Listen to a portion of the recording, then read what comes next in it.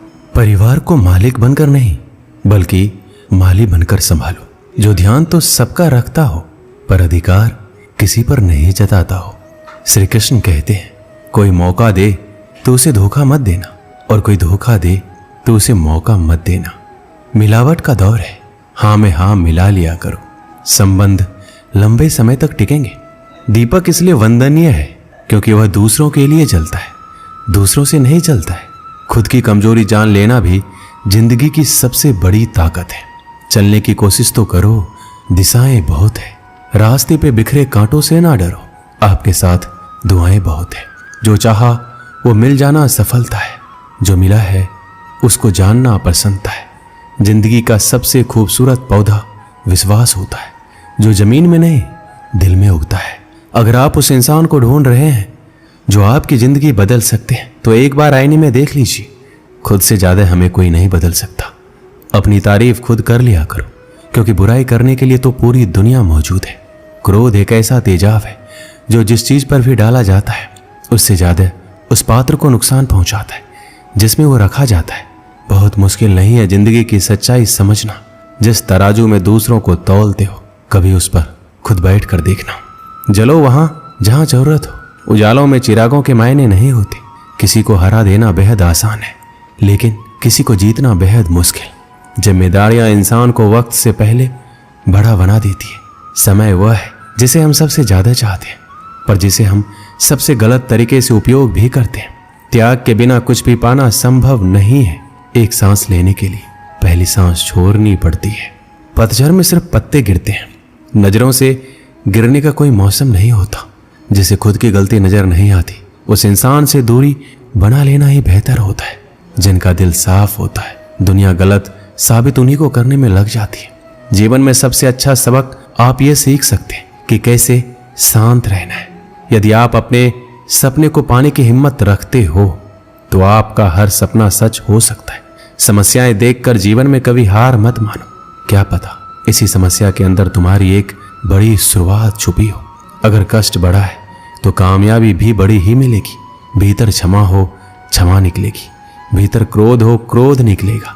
भीतर प्रार्थना हो तो प्रार्थना निकलेगी। नफरत हो तो नफरत।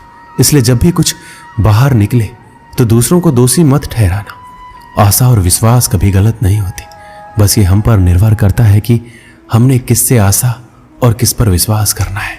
विचारों की खूबसूरती कहीं से भी मिले चुरा लो, क्योंकि चेहरे की खूबसूरती तो उम्र के साथ बदल जाती है, मगर विचारों की खूबसूरती हमेशा दिलों में अमर रहती है। जब हम कोई भी कार्य भगवान की याद में रहकर करते हैं तो उसमें भगवान की शक्तियां हमारी मदद करती हैं और हमारी सफलता निश्चित हो जाती है। अपनी परिस्थिति परमात्मा को सौंप दीजिए, क्योंकि जितना आप जीवन भर में कर सकते हैं उससे कहीं ज्यादा वो एक पल में कर सकते हैं।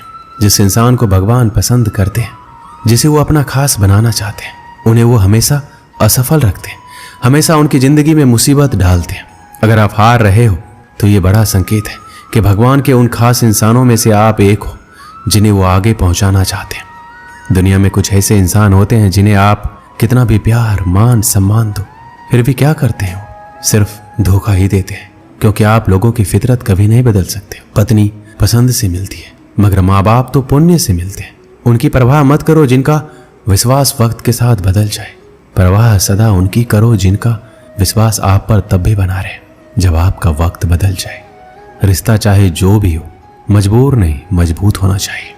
जीवन में धैर्य अत्यंत महत्वपूर्ण है, क्योंकि यह बात हमेशा याद रखिए, बूंद बूंद पानी से ही घड़ा भरता है।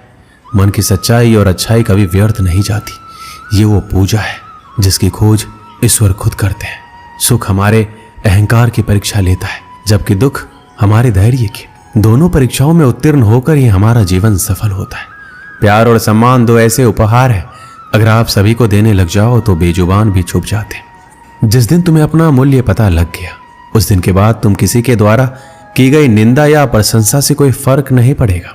संपूर्ण संसार में दुख से बड़ा कोई मित्र नहीं, क्योंकि दुख ही है जो इंसान को ईश्वर की याद दिलाता है। अच्छे व्यक्ति को समझने के लिए अच्छा हृदय चाहिए, ना कि अच्छा दिमाग, क्योंकि दिमाग हमेशा तर्क करेगा और हृदय हमेशा प्रेम भाव देखेगा। सत्य केवल उन लोगों के लिए कड़वा होता है जो लोग झूठ बोलने के आदी हो चुके हैं। हर अनुभव कुछ ना कुछ सिखाता है, इसलिए हर अनुभव महत्वपूर्ण है। हम अपनी गलतियों से भी सीख सकते हैं। पेट में गया हुआ विष केवल एक मनुष्य को मारता है, परंतु कान में गया हुआ विष कई संबंधों को मार देता है।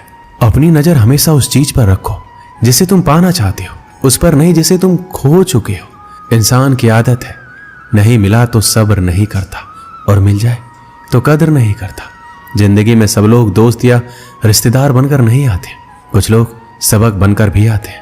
पीठ हमेशा मजबूत रखनी चाहिए, क्योंकि शाबाशी और धोखा दोनों ही पीछे से मिलते हैं। कुछ लोग आपसे इसलिए भी नफरत करने लग जाते हैं क्योंकि आपकी सही बातें उन्हें कड़वी लग जाती हैं। जो साथ रहकर भी किसी के हो वो दूर रहे तो ही अच्छा है। किस्मत सिर्फ मेहनत से बदलती है, बैठकर सोचते रहने से नहीं। सिर्फ उसी के सामने झुको, वो किसी के सामने तुम्हें झुकने नहीं देगा। श्री कृष्ण कहते हैं, करने दो जो आपकी बुराई करते हैं। ऐसी छोटी छोटी बातें तो सिर्फ छोटे लोग ही करते हैं। सिर्फ धोखा देना ही धोखा नहीं होता, लेकिन किसी के साथ अपनेपन का नाटक करना यह बहुत ही बड़ा धोखा होता है। जो आपकी सही बातों का भी गलत मतलब निकालते हैं, उनको सफाई देने में अपना वक्त बर्बाद मत करो। एक दिन शिकायत आपको वक्त से नहीं बल्कि खुद से होगी कि एक खूबसूरत जिंदगी आपके सामने थी और आप दुनियादारी में उलझे रहे। एक बार माफ करके अच्छे बन जाओ, परंतु दोबारा उस इंसान पर भरोसा करके बेवकूफ मत बनो। अपने तो वो होते हैं जिन्हें आपके दर्द का एहसास हो, वरना हाल चाल तो रोड पर आते जाते लोग भी पूछ लेते। मेहनत का फल और समस्याओं का हल देरी से ही सही पर मिलता जरूर है। जब आप दूसरों का अच्छा चाहते हैं तो वही चीजें आपके जीवन में वापस आती हैं।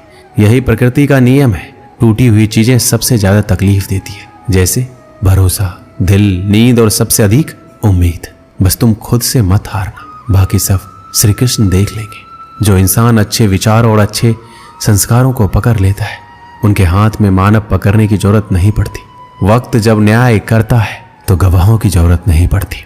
माफी मांगने वाले हमेशा गलत नहीं होते। कुछ लोग झुक जाते हैं, पता है क्यों? रिश्तों को बचाने के लिए। इच्छा पूरी नहीं होगी तो क्रोध बढ़ेगा, और पूरी होने पर लोभ। इसलिए जीवन में हर परिस्थिति में धैर्य बनाए रखना ही श्रेष्ठ है। कई वर्षों पहले एक राज्य में मिदास नाम का एक लोभी राजा राज्य करता था। उसकी एक बहुत ही सुंदर पुत्री थी जिसका नाम सुनैना था। मिदास अपनी पुत्री से बेहद प्रेम करता था, किंतु उससे कहीं अधिक उसे सोने से प्रेम था। उसके खजाने में सोने का भंडार था। उतना सोना दुनिया में किसी भी राजा के खजाने में नहीं था। इसके बाद भी खजाने में जितना सोना बढ़ता, राजा मिदास की लालसा उतनी ही बढ़ती जाती। उसके दिन का अधिकांश समय खजाने में रखे सोने को गिनने में निकल जाता था। सोने के लालसा में अक्सर वह अपनी पुत्री को अनदेखा कर देता था। दिन पर दिन उसकी सोने की ललक बढ़ती जा रही थी, और अधिक सोना प्राप्त करने के उद्देश्य से उसने एक बार अन्न जल त्याग कर ईश्वर की कठोर उपासना की। उसकी उपासना से प्रसन्न होकर ईश्वर ने उसे दर्शन दिए और मनचाहा वरदान मांगने को कहा। मिदास बोला, हे ईश्वर, मुझे वरदान दीजिए कि मैं जिस भी वस्तु को छूं वो सोना ही बन जाए। ईश्वर मिदास की लालसा समझ रहे थे। वरदान देने के पूर्व उन्होंने पूछा, राजन, क्या ये वरदान मांगने के पूर्व तुमने अच्छी तरह विचार कर लिया है? हे ईश्वर, मैं इस विश्व का सबसे धनी राजा बनना चाहता हूँ। मैंने अच्छी तरह से सोच लिया है, मुझे यही वरदान चाहिए। कृपया मुझे ये वरदान प्रदान कीजिए। तथास्तु, मैं तुम्हें वरदान देता हूँ कि कल सूर्य की पहली किरण के साथ तुम जिस भी वस्तु को छुओगे वो सोने की बन जाएगी। आशीर्वाद देने के उपरांत ईश्वर अंतर्ध्यान हो गए। राजा मिदास ये वरदान पाकर खुशी से फूला नहीं समाया। दूसरे दिन सोकर उठने के उपरांत अपनी शक्ति परखने के लिए उसने अपने पलंग को छूकर देखा।